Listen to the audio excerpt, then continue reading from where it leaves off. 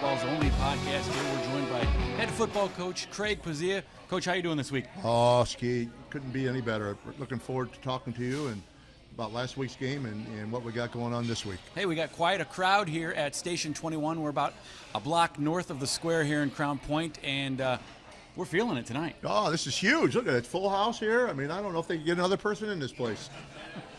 Well, we're here to talk football and have a good time at the same time. We have some special guests with us tonight. The Clark brothers will be joining us in just a little bit. But first, we're going to start with you, Coach, and talk a little bit about the game that we had this past Friday night as Chicago. Taft came in and visited us from Upper North Chicago. Let's first just talk about the physical game itself. A big win, 49-7. You had to be happy with the way the team played. Oh, we were.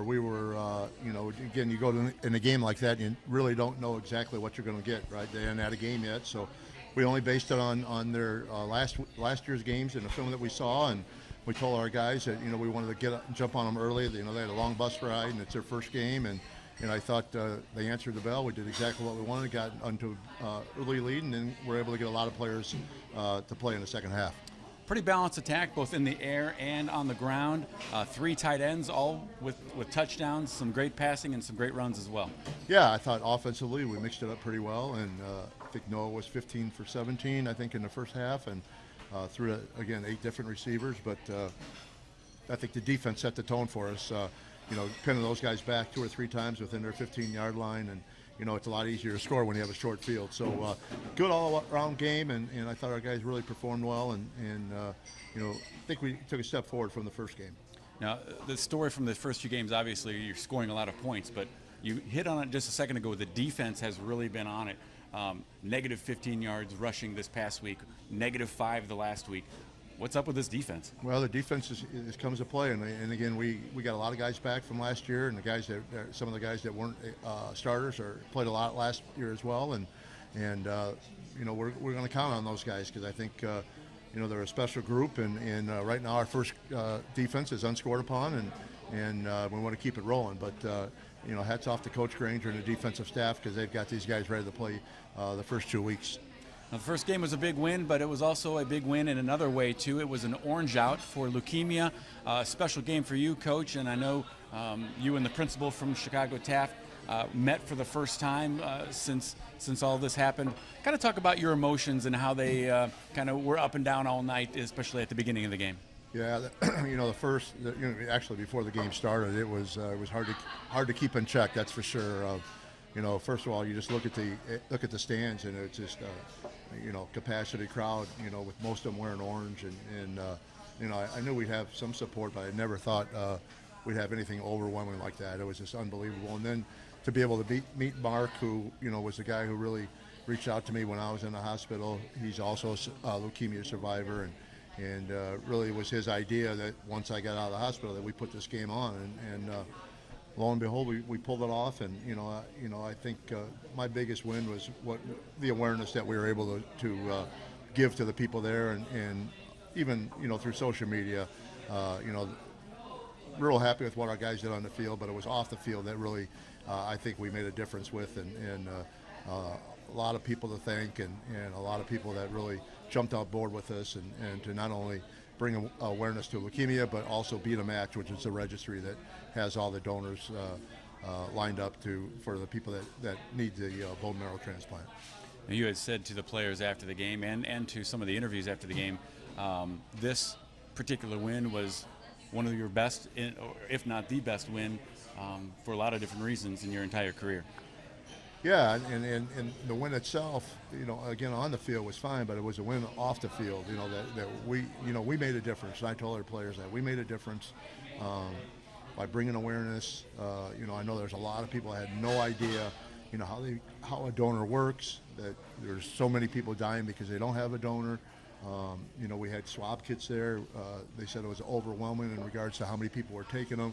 Hopefully they'll take them home, swab, and send it back. And I told our players, I think on Thursday that, you can get a lot of gifts. You can get cars, you can get, diamond rings. You could have somebody buy an island or whatever. But there's nothing better than giving the gift of life. And I think, with the work that we were able to accomplish and do, I think, someone's going to get, hopefully, someone get the gift of life that maybe they wouldn't have if we wouldn't have did something like this. And will this be an annual game? Was it a 2-year contract, or how do we work in this game? Yeah, we are scheduled to go back to Taft next year, and hopefully we do the same type of thing. And they were great. I mean, they were awesome. I mean, you could see them all wearing the orange shirts, and you look on their social media, and they were doing a lot of things for Mark, and it was just both schools were extraordinary, and we hope we can duplicate, if not exceed, what we did here next year at their place.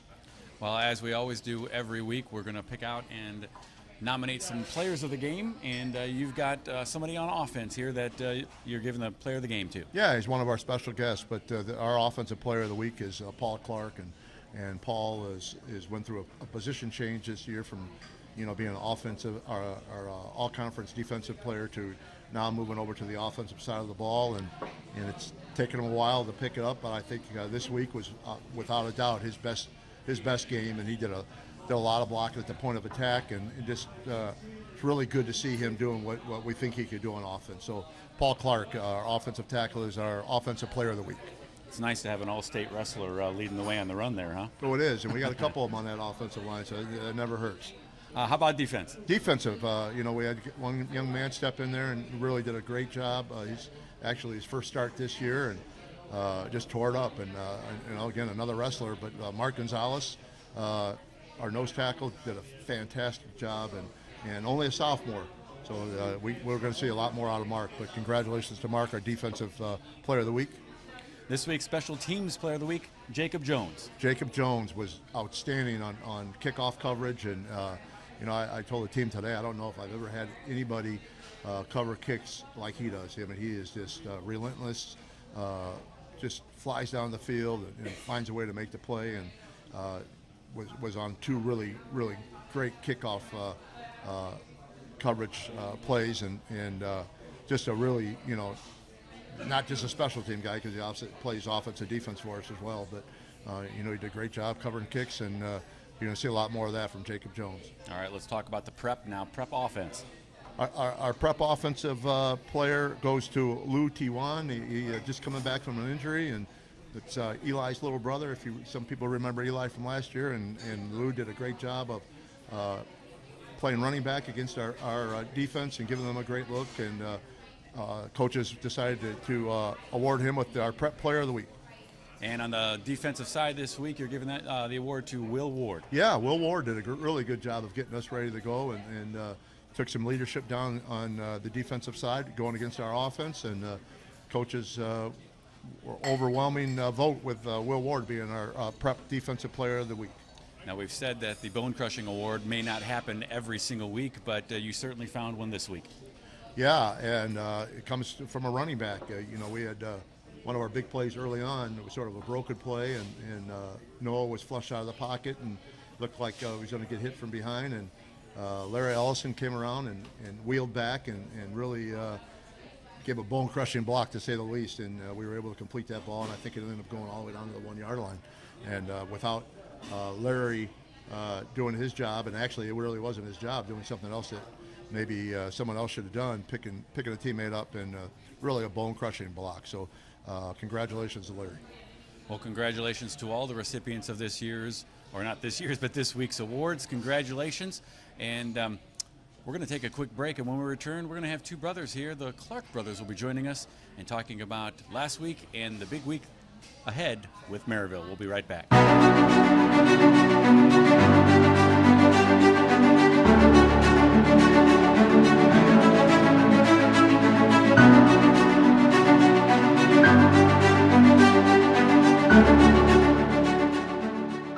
Welcome back to the Bulldog Bark. We're here at Station 21 in Crown Point, and today we have 2 special guests with us, the Clark brothers, Will and Paul. Paul is going to start things off today. Paul, great game this past week against Taft.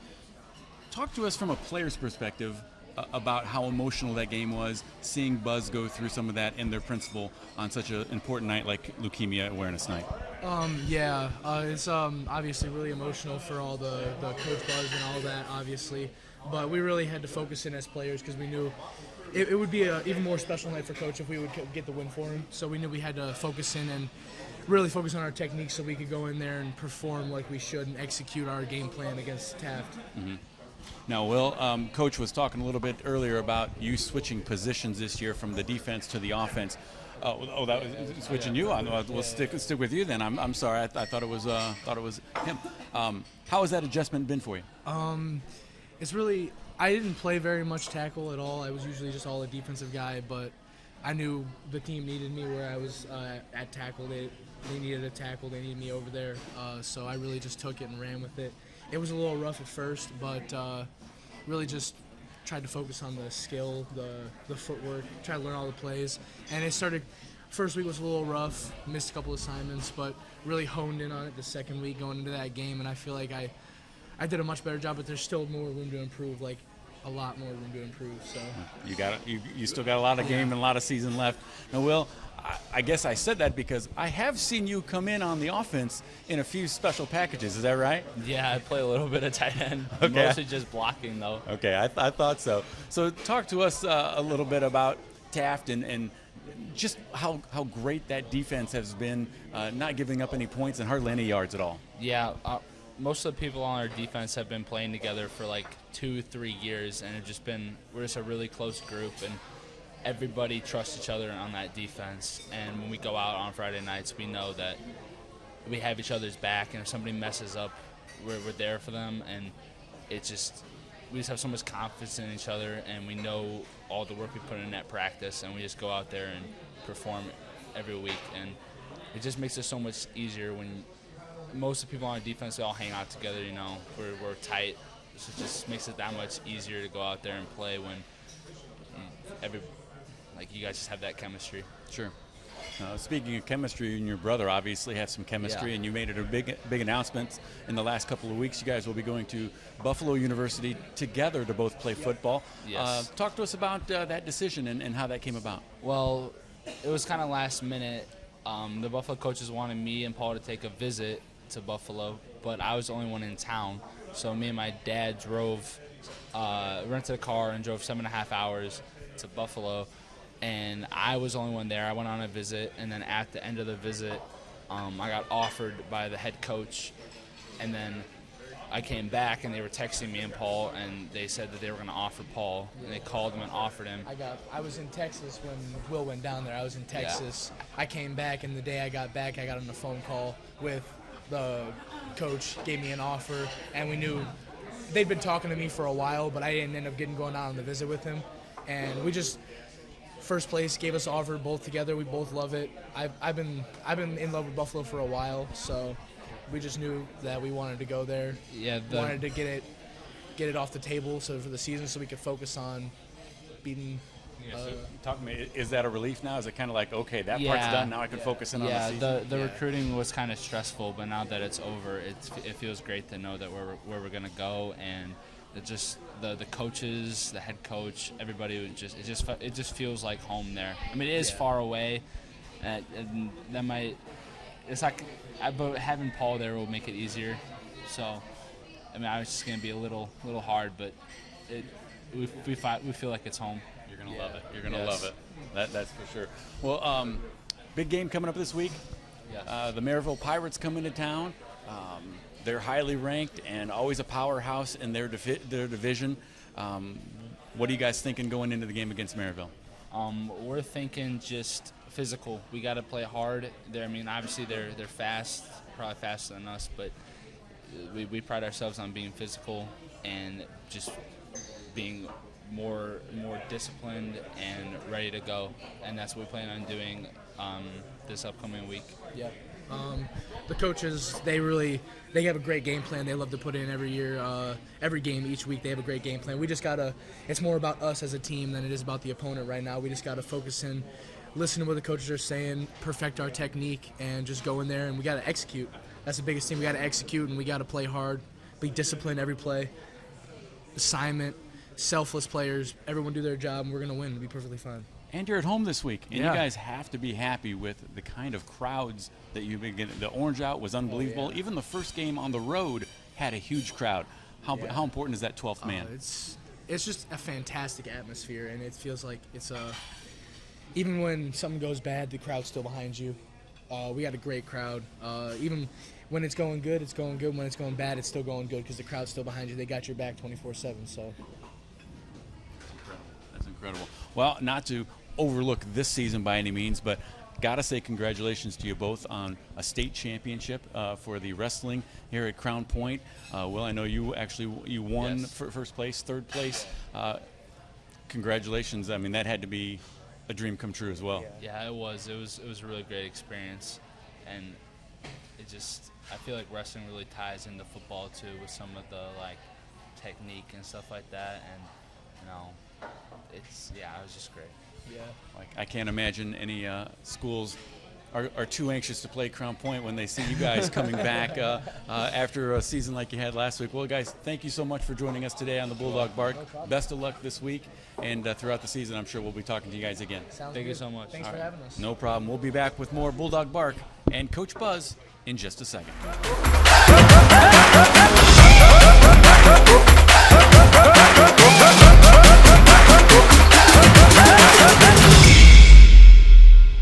Welcome back to the BullDog Bark. Live in Station 21 here in downtown Crown Point. Glad to be here and with a great crowd.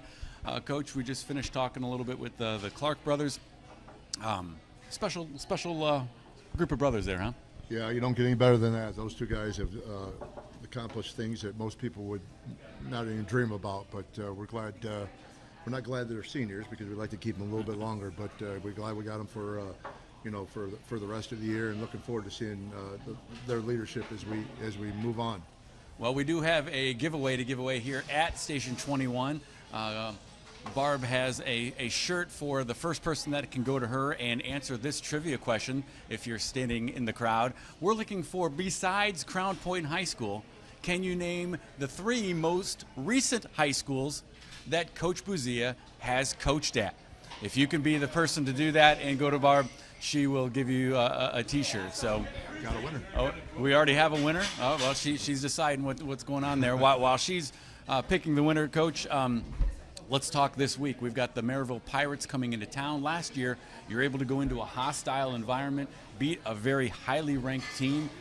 This year, I'm sure you're expecting a battle just the same. Oh, we expect nothing less, and obviously they haven't forgotten that last year, and they're the same old Marville. I mean, they're the most talented team that we're going to face. They're probably the biggest team we're going to face, probably the fastest team we're going to face, and that's something that we just have to find a way to overcome. But last year was last year, this year is this year, and just looking forward to the challenge and knowing.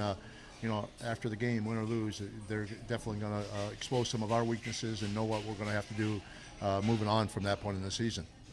Now, I know Paul was saying when you play somebody like Marville, you want to be disciplined. You want to make sure you're hitting your keys and everything like that. As a coach, what do you think the key to winning this game will be? Well, just that, and I think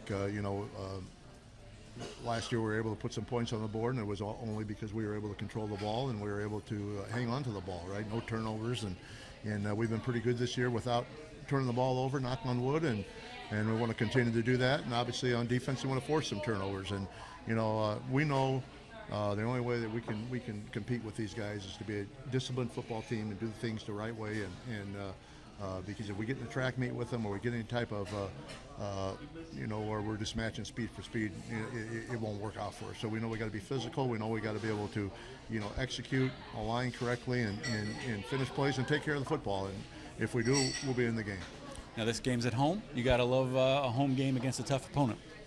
Yeah, our crowd has been special, right? I mean, those guys show up early and often, and they stay to the end, and it's just hopefully it can propel our guys as we continue to move forward.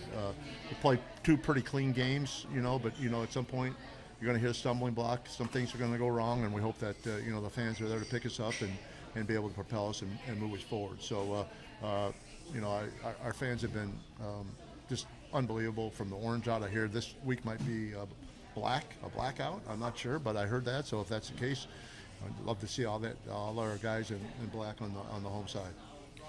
Well, it's Friday night, 7 o'clock is the game time at Crown Point. It's the Marville Pirates coming into town to face our own Crown Point Bulldogs. Coach, I believe we have a winner. Do we have a winner for the trivia contest? I believe it was Nate Kalk. Nate Kalk. All right. Give it up Congratulations for Nate. to him. Huge crowd. Huge. He, of course, knew the last three schools were Homewood Flossmoor, Michigan City, and Portage that Coach has been a part of. Well, Coach, I appreciate you again this week, having a lot of fun with us here. Thank you to Station 21 here in Crown Point for hosting us, and I wish you the best of luck in this week's game. Look forward to seeing you next week again. And again, big shout out to Dave Warner and the Station 21 staff. They've been awesome and hosting us, and look forward to being back next week. We appreciate everything, and thanks for joining us. This is the Bulldog Bark.